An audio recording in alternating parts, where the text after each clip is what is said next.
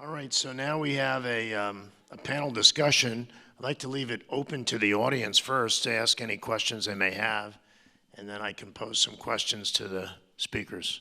Questions?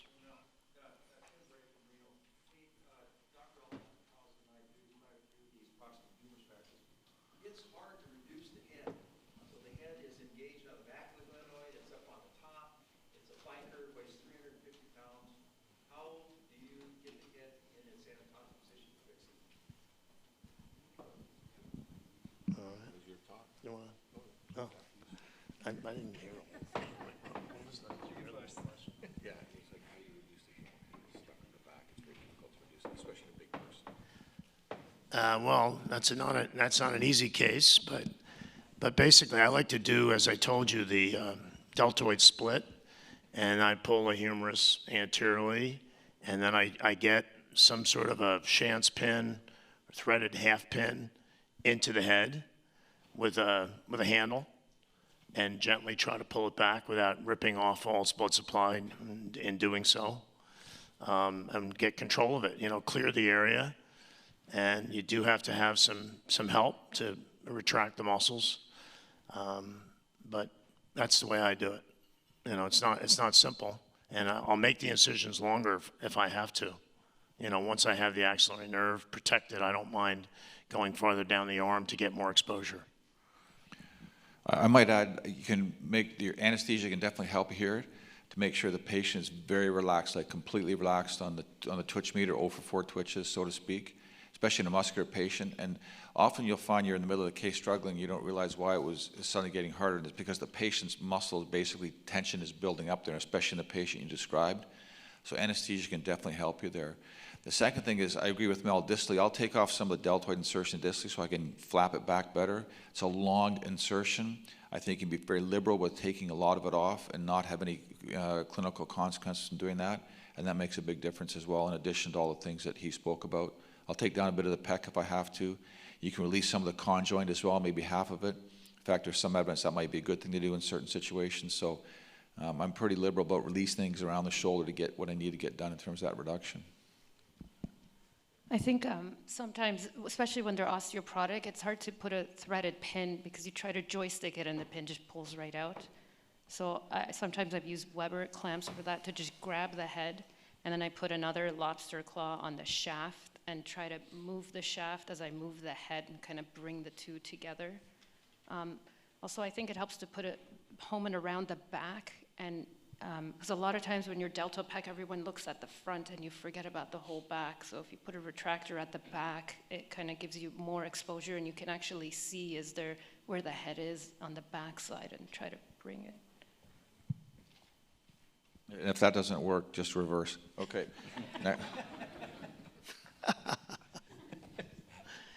I noticed you didn't walk in backwards this morning when you came in. You walked in forwards, didn't you?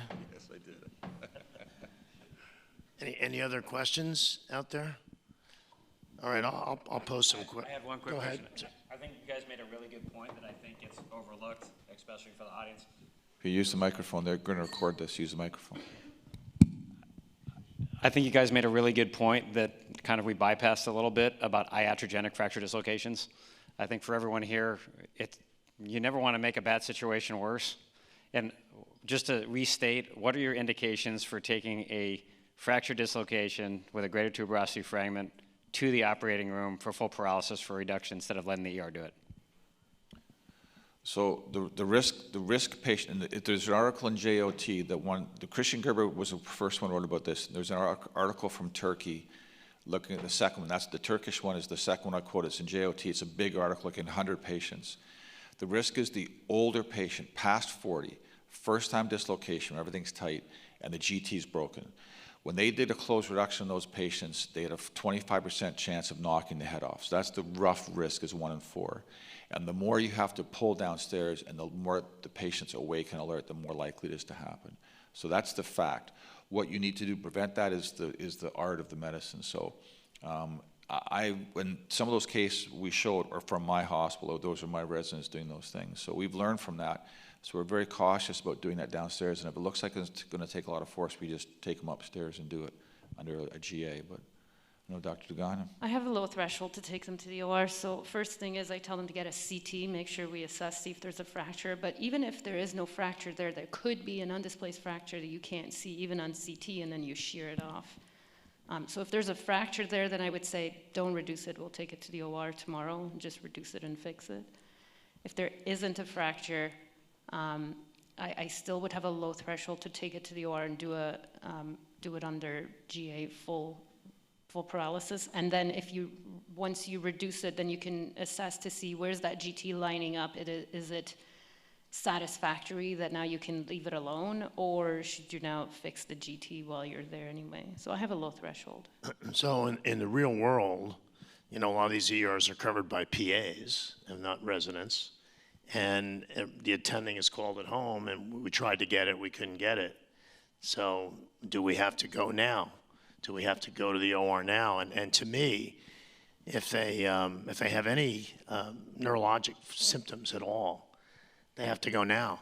I mean, they can't sit till the morning till we have OR time. Yeah, I don't think there's any literature out there. It's not the hip, so we know in the hip you can't leave a hip left dislocated because of risk of AVN. There's no literature like that in the shoulder, so you can certainly leave a shoulder out for a few days, even frankly a couple of weeks. So we see some of these patients show up late with missed fracture dislocations, and risk of AVN to those is not as high as a hip. So I personally don't think you need to come in the middle of the night to do it, but I would do it the next day. Even if there's neurological impingement, you could still wait? I probably would. Axillary nerve, I mean, I would. Well, no, if someone documents neurologic symptoms in the arm, I'm coming in.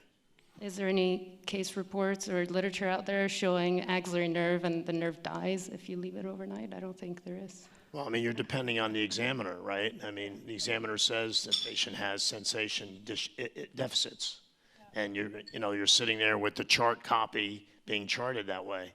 So that's the real world. But I mean, I could live with that. That's not a huge deal. I wouldn't come in at midnight to reduce it just with that alone. I mean, if there's vascular compromise, of course, but that's very, very rare. The vast majority can wait till the next morning with a skilled team and a rested surgeon.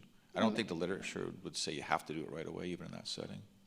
I mean, there are neurologic deficits and neurologic deficits, right? The rare one that you may need to go in for sure is a progressive neurologic deficit. Yeah. Axillary nerve sensory deficits, I don't think I'm worried that much. Ulnar nerve happens sometimes too, or axillary nerve deficit, sensory deficits, I think you can definitely sit on them.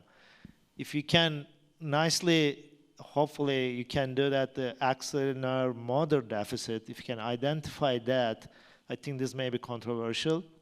If you reduce them earlier, you are giving them a better chance to recover sooner and better. I don't think any literature one way or another. There's a question. No.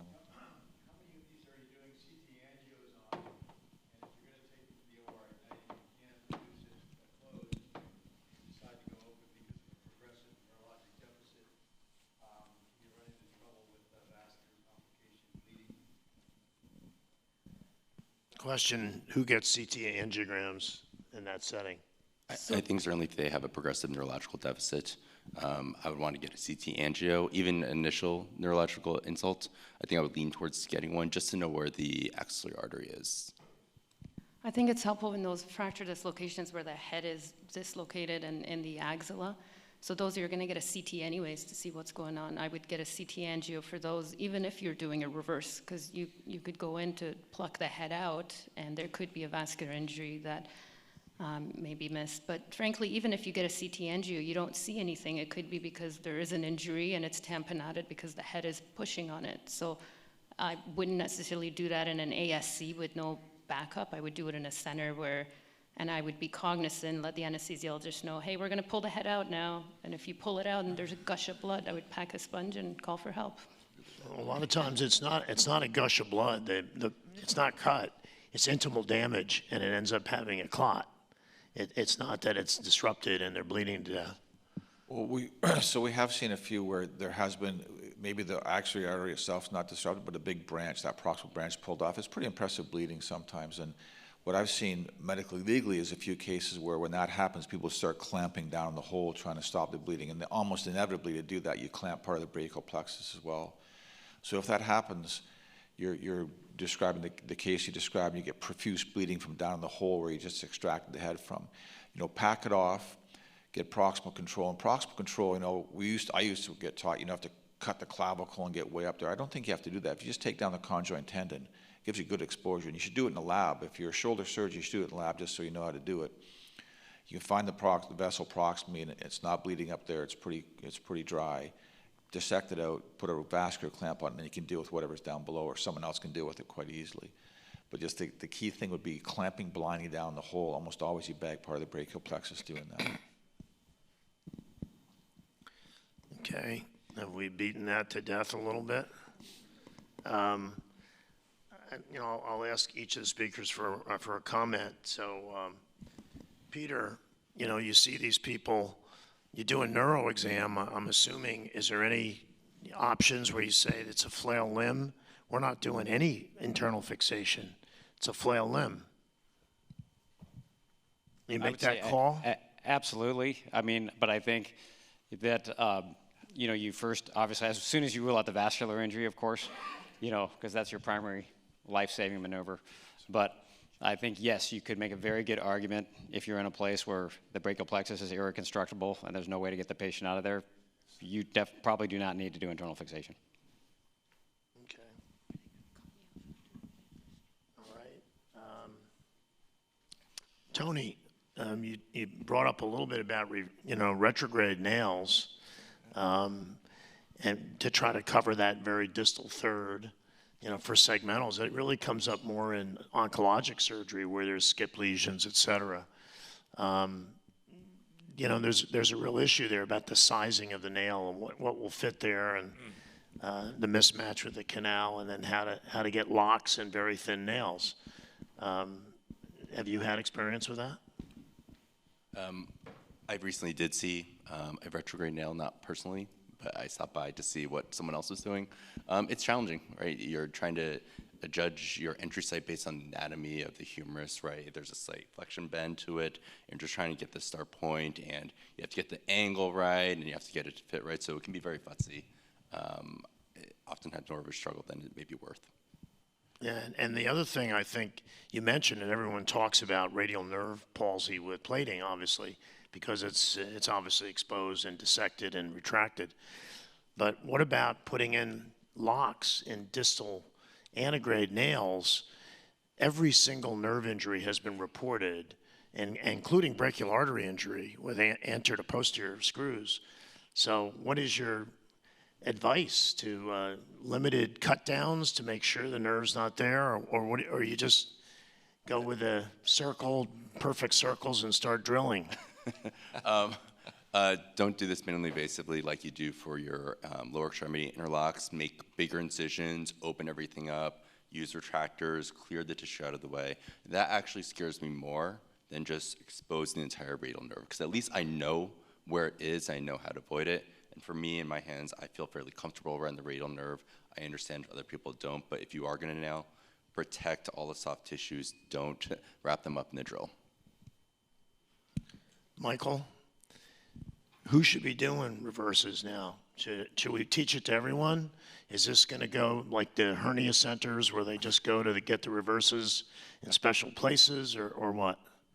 Yeah, it's a great question. So obviously anyone who's fellowship trained doing reverses, and that can be a lot of sports people do it now, a lot of arthroplasty surgeons obviously.